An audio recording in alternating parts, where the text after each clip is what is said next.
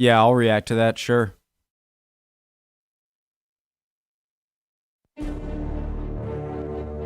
Hell yes.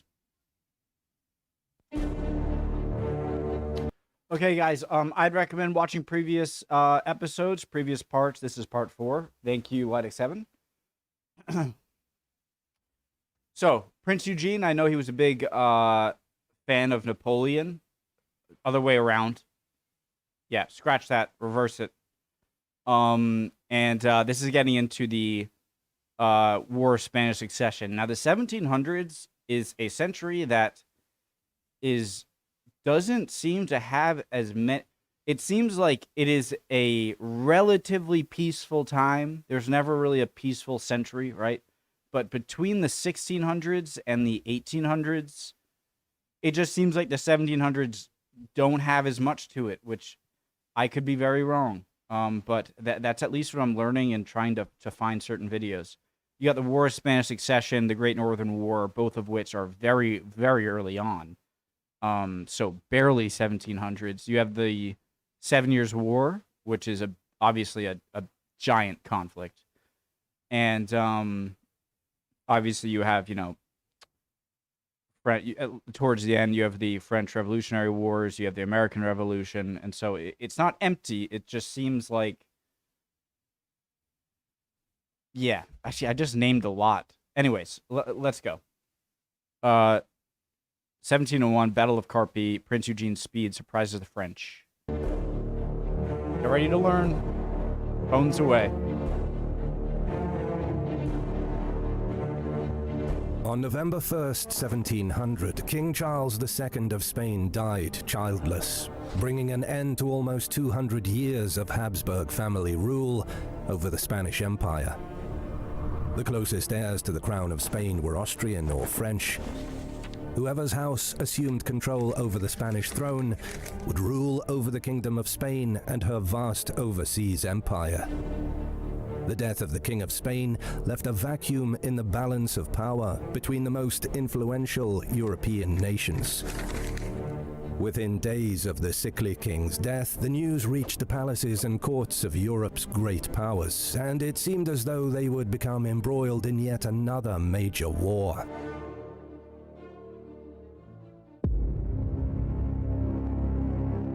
And so the Pyrenees have ceased to exist.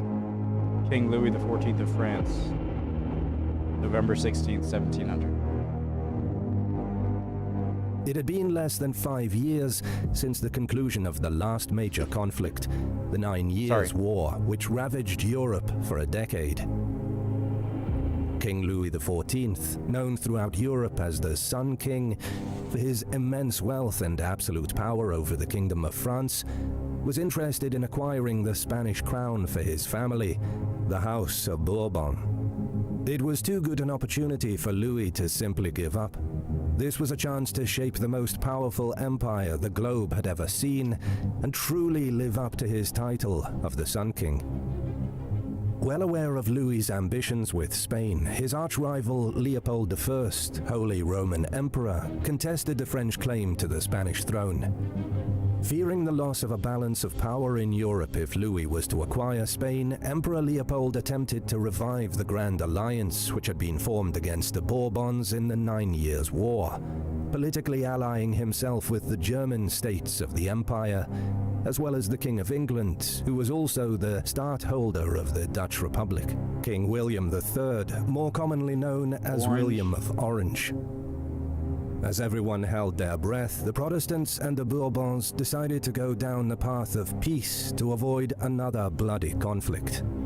In 1698, dignitaries from France, England, the Dutch Republic, and the Holy Roman Empire convened at The Hague to agree to a diplomatic solution to the issue of the Spanish succession. On October 11th, 1698, the Bourbon and Protestant diplomats... I was distracted by the amazing animation. Another bloody conflict. In 1698, dignitaries from France, England, the Dutch Republic, and the Holy Roman Empire convened at The Hague to agree to a diplomatic solution to the issue of the Spanish succession. On October 11th, 1698, the Bourbon and Protestant diplomats finally agreed to a peaceful settlement with the signing of the Treaty of The Hague, also known as the First Partition Treaty. In the provisions of this treaty, the Spanish throne would go to Joseph Ferdinand Leopold of Bavaria, the 6-year-old son of Maximilian II Emmanuel, Elector of Bavaria. When the boy ascended to the Spanish throne, the French and Austrians would subsequently divide up the Spanish Empire amongst themselves. Peace and compromise had finally been reached. Then everything fell apart. Months later, Joseph Ferdinand died of smallpox, throwing all settlements and compromise plans out the window. The Bourbon and Protestant diplomats convened again in London the following year, and on March 25, 1700, signed the Treaty of London, or Second Partition Treaty. In this hastily arranged compromise, the new heir to the Spanish throne would be Archduke Charles of Austria, the youngest son of the Holy Roman Emperor. When the Spanish learned of the Treaty of London in mid-June of that year, Charles, amazingly still not dead despite years of aging health, amended his will in favor of Archduke Charles and again specified an undivided monarchy. Despite the bumpy road. Wait, I don't get it though, because I thought the whole point was that they agreed on a Bavarian successor, and then kind of dividing it amongst French and Austrian. But then they convened in London after the Bavarian died, and now they're giving it to an Austrian, and now they're okay with it. Road the path to pacified and undivided monarchy. Despite the bumpy road, the path to peace had at last been achieved. But in early September 1700, Charles became ill once more. His death seemed imminent. The pro-Bourbon faction managed to persuade the sick king to alter his will in favor of Philippe, Duke of Anjou, Louis XIV's grandson. Immediately upon receiving the news at the court session, Louis was faced with an international dilemma. He faced two options. On the one hand, he could insist on maintaining the Treaty of London that made Archduke Charles of Austria the King of Spain, thus empowering his rivals. However, if Emperor Leopold refused the territorial concessions, France could call on England and the Dutch Republic to enforce the treaty. On the other hand, Louis could reject the Treaty of London and allow his grandson to accept the Spanish throne, thus uniting the Spanish and French. Guys, I'm super confused on why the French... So I get it. The Bavarian died. That means they had to come up with a new plan, the Treaty of London. Why did the Bourbon delegates in London, why were they okay with an Austrian now getting the throne in the first... How did they convene in London and leave with that? And so now the next guy isn't okay. All right. French realms, grandson to accept the Spanish throne, thus uniting the Spanish and French realms under the House of Bourbon and creating his desired Franco-Spanish Empire. This would obviously result in a war with England, the Dutch Republic, and Austria. Weighing his options, Louis finally decided to take his chances and reject the Treaty of London, as Philip was proclaimed King Philip V. There would be war. It was characteristic of Leopold that his obstinacy would not be accompanied by activity. Guys, I'm not apologizing for pausing right here. What I don't get, so if they went with the Bavarian died, fine, convene in London, pick a new one. They picked an Austrian. If they picked another Bavarian or another German state or some state that wasn't Austrian or French, and then when they, were ill a bit, and then France moved in to sidestep everyone and put their guy in power, then I understand France just said no to everything. We're taking it. Let's fight. But I don't get how the French left London being okay with the Austrian being the successor in Spain. though his refusal to accept the treaty was senseless unless he was prepared to fight for what he wanted. Faulkner, Prince Eugene of Savoy, page 38. Following the ascension of Philip V to the Spanish throne, the French and Austrians began preparing for the war that was now inevitable. Both nations laid out strategies to achieve their aims. Geographically, Austria could at best seize the Spanish possessions in Italy without any outside aid. The Duchy of Milan, Kingdom of Naples, and Sicily were top contenders for Habsburg occupation. When word reached Vienna that Louis had accepted the Spanish throne for his grandson, Leopold ordered the occupation of Milan. His reasoning was that Milan, as an imperial fief, would de jure return to the Holy Roman Empire upon Charles's death. On top of this, imperial troops in Milan provided a safety net for Victor Amadeus, whose Duchy of Savoy would undoubtedly be overrun by French forces if they decided to move into northern Italy. Formally, no war had been declared, yet both sides were scrambling to prepare their armies for an inevitable clash. In February, French army regiments proceeded to occupy the Spanish Netherlands. Louis managed to upset the English people when his plot to meddle in England's line of succession was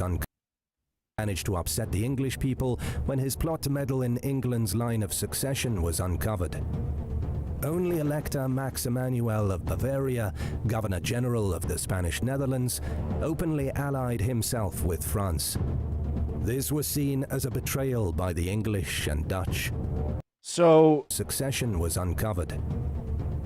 It's the Spanish Netherlands, but prior to the War of Spanish Succession, it was kind of seen as a British state, and so that's why the British are saying, dude. Only Elector Max Emanuel of Bavaria, Governor-General of the Spanish Netherlands, openly allied himself with France.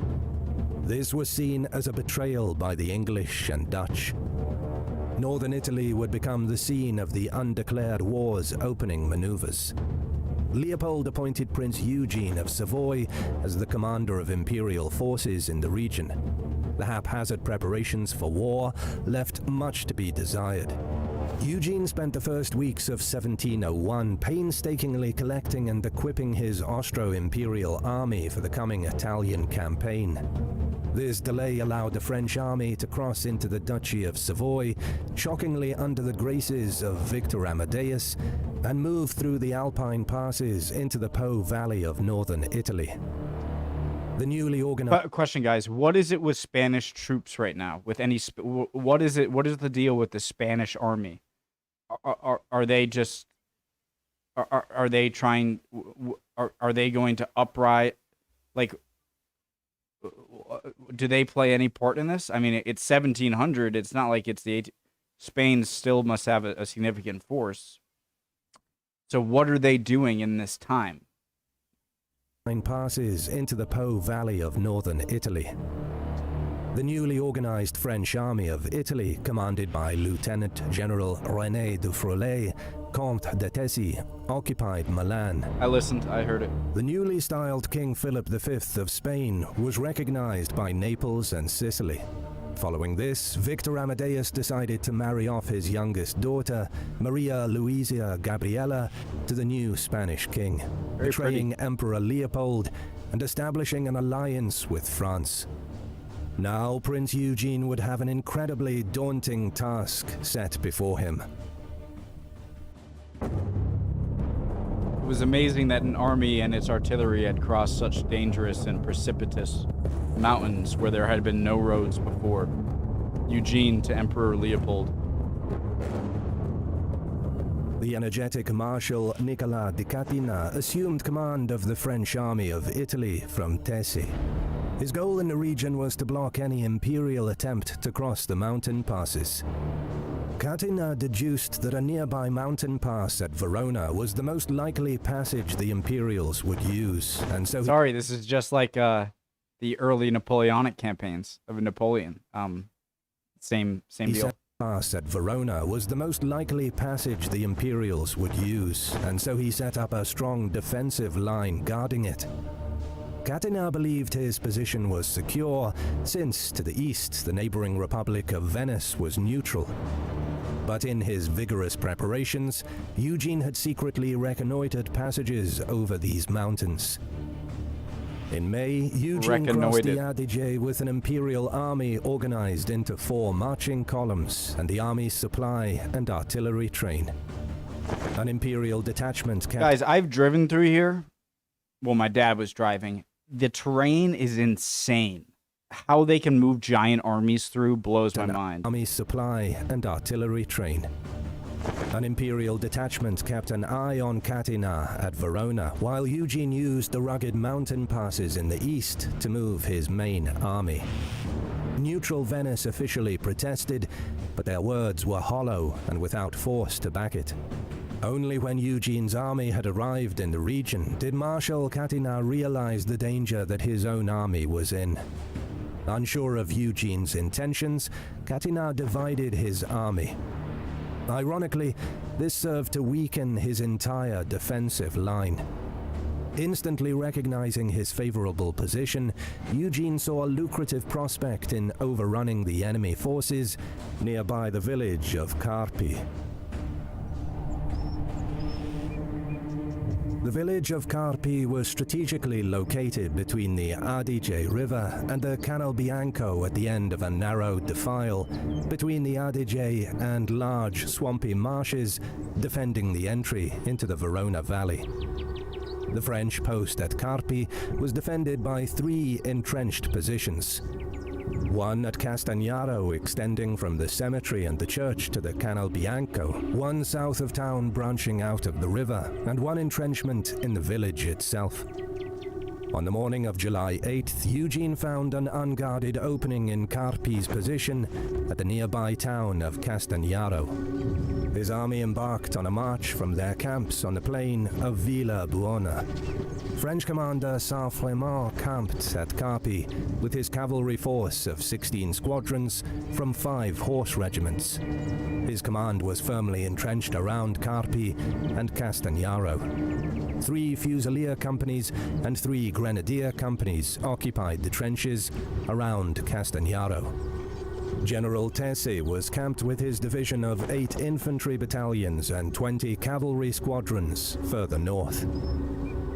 Eugene's column, comprised of 11,000 men organized from the Alt Starhemberg and Bagni infantry regiments, 6 cavalry regiments and 20 regimental cannons, marched along the dam on the right bank of the Canal Bianco towards where the Tartaro River flowed into the canal. Believe me, I'd rewind if I didn't hear. Crossing, his troops began installing a pontoon bridge.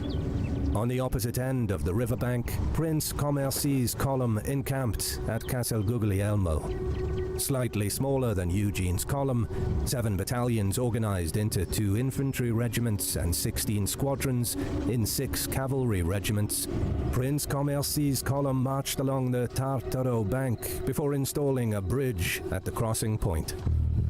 Amidst the darkness to the north, meanwhile, Colonel Count Dawn departed from Castelbaldo, setting out to cross the Adige and to install his infantry and battery of artillery across the riverbank.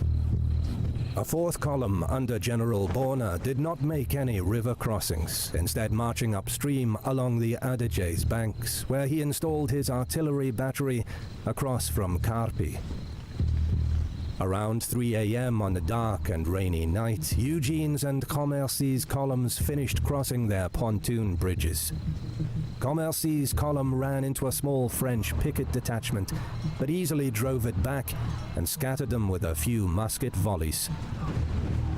At this point, Commercy subdivided his column in 2, keeping command of the Guido Starhemberg and Herberstein infantry regiments, as well as the Serrani and Dietrichstein dragoon regiments, and placing the Palfi, Lothringen and Taff cuirassier regiments under the command of General Count Palfi. Both columns were forced to cross rugged terrain with criss-crossing ditches and narrow roads that were little better than cart trails. This led to Commercy's 2 columns lagging behind Eugene's command and delaying them from uniting at Castagnaro. The French were unaware of the Imperial movement until it was too late. Upon realizing they were about to be attacked, Saint-Frémont alerted his troops to take their positions. Battle was upon them. The general dispatched dragoons from Carpi to Castagnaro, and then sent a messenger traveling north towards Tessè's division at Legnano. The French foot infantry defending Caternay, no more than 4 companies, were also dispatched into the trenches at Castagnaro. Meanwhile, the courier reached Tessè at his camp. Tessè immediately set off towards Carpi at the head of his vanguard and pickets, instructing his generals to follow him as soon as they could with the rest of his division. At 6 a.m., the head of Eugene's column appeared in front of Saint-Frémont's entrenched outpost at Castagnaro. The Imperial artillery opened up a barrage on the outpost, marking the start of the Battle of Carpi. The grenadier companies of the Alt-Starhemberg and Bagny infantry stormed the trenches. The attack was then quickly followed up by the rest of the foot companies in the 2 regiments. They rushed the entrenchments, but a French cavalry counterattack stagnated their advance. Reacting quickly, Eugene ordered a dragoon counterattack. The French resisted bravely and with fierce determination, but the Imperials finally succeeded in storming the Castagnaro outpost. Saint-Frémont realized they could not hold out for long against such overwhelming numbers. He dispatched another courier to Tessè to inform him of Castagnaro's imminent fall. Pressed hard in his front, Saint-Frémont was forced to evacuate the outpost and retreat towards the village of Carpi. The French were pursued close behind by Eugene's cavalry squadrons, with some unfortunate infantrymen surrendering inside the city. Tessè received a messenger informing him of the setback at Castagnaro. He sent a courier back to his main command with instructions to position his division at Villa Bortolomea and await further orders. Back on the battlefield, the Imperials found Catane abandoned and seized it without a fight. A brief lull ensued, with the Imperials and French collecting their soldiers.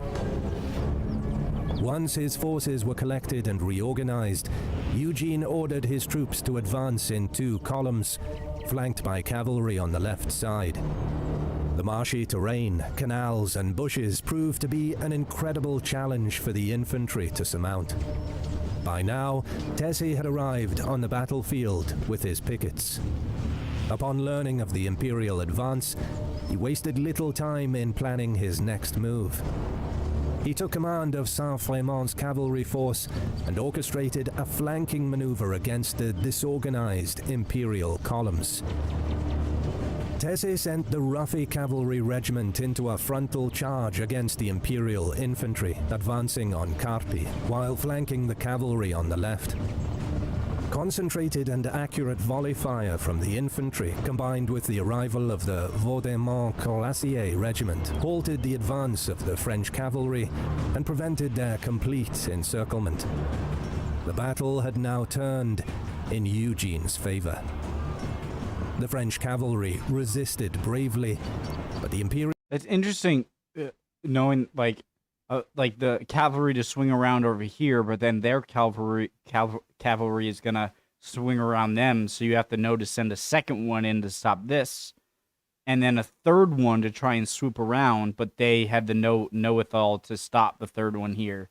Fascinating. The Imperial army had the advantage. The French cavalry resisted bravely. Jesus Christ, it's almost over. Eugene's That's how you know favor. it was a good video. The French cavalry resisted bravely, but the Imperial army had the advantage of close-range musket volleys tearing into their ranks of horsemen. Screams of the wounded and dying sprawled across the battlefield, littered the air, and casualties mounted on both sides. The Albert Dragoons launched a series of successful charges, while the Ruffy and Moroi cavalry regiments saw success in their own repeated attacks. But the steady fire of the Imperial foot soldiers supporting their cavalry inflicted severe casualties on these 3 French regiments and finally brought an end to their attacks. Before long, the French realized they were at a significant disadvantage, but retreating was easier said than done in the marshy terrain. While locked in combat, a part of Eugene's infantry column broke through the French cavalry. They continued their rapid advance on towards Carpi. Seeing the Imperials break through the cavalry cover, Tessé ordered a general retreat. Route? The French cavalry officers had already been attempting... Well, you can't order a route. A route is what happens when... A general my retreat. Bad. The French... Everyone route! Sorry. The cavalry cover, Tessé ordered a general retreat. The French cavalry officers had already been attempting to withdraw their troopers from the field, and after seeing their comrades in Carpi pack up and leave, they were further motivated to retreat. The retreat was in relatively good order, with the Imperials taking stock and looting the French camp, rather than pursuing the fleeing Frenchmen. After successfully disengaging from battle, the French moved to Villa Bartolomea, regrouping and forming a new defensive line. The French had lost 3 colonels, 1 lieutenant colonel, 50 officers, and 300 men dead or wounded. An additional 110 soldiers were taken prisoner. Prince Eugene himself received a musket-shot wound to his knee. His casualties were 1 lieutenant colonel and 40 men killed. Does he die from his injuries? Another 51 men wounded. Pretty low statistics for battles that I've seen. I have warned you that you are dealing with an enterprising young prince. He does not tie himself down to the rules of war. King Louis XIV. To Marshal Catinat. Thanks to his victory at the Battle of Carpi, Eugene's army had successfully traversed a significant natural barrier, the Canal Bianco. He was now ready to launch further operations into the Duchy of Mantua, with his lines of communication well protected. Eugene's army now controlled the territory between the Adige and Mincio rivers, giving him ample freedom to move in whichever direction he saw fit. But the War of the Spanish Succession had only just begun, and the French did not plan on giving up northern Italy so easily. If you stayed around this far, thank you for watching. Great video as always. I love History March, great channel. History March, Kings and Generals, Epic History TV, Baz Battles, all of them great channels. Really great. I really enjoy that video. Eugene seems very capable. I have to say, not to hate on Eugene, that of the videos I've seen about Eugene, he obviously wins, but there hasn't been like this insane maneuver he's had to pull or strategic thing that I've seen in the videos that makes me be like, whoa, this guy is smart. And I am probably sounding like an idiot to a lot of people. Clearly, since Napoleon admired him so well, he is an amazing battlefield commander. Awesome video. Thanks, Like7, Rick. Yeah, I'd love to learn more about the Spanish Succession and 18th century history in general. It's a big gap in my knowledge. Love y'all. Hope you're all doing well. Hope you learned something or can teach me something in the comments. Love for you to subscribe and be on the Discord. The link below will send you right over there. Bye, guys.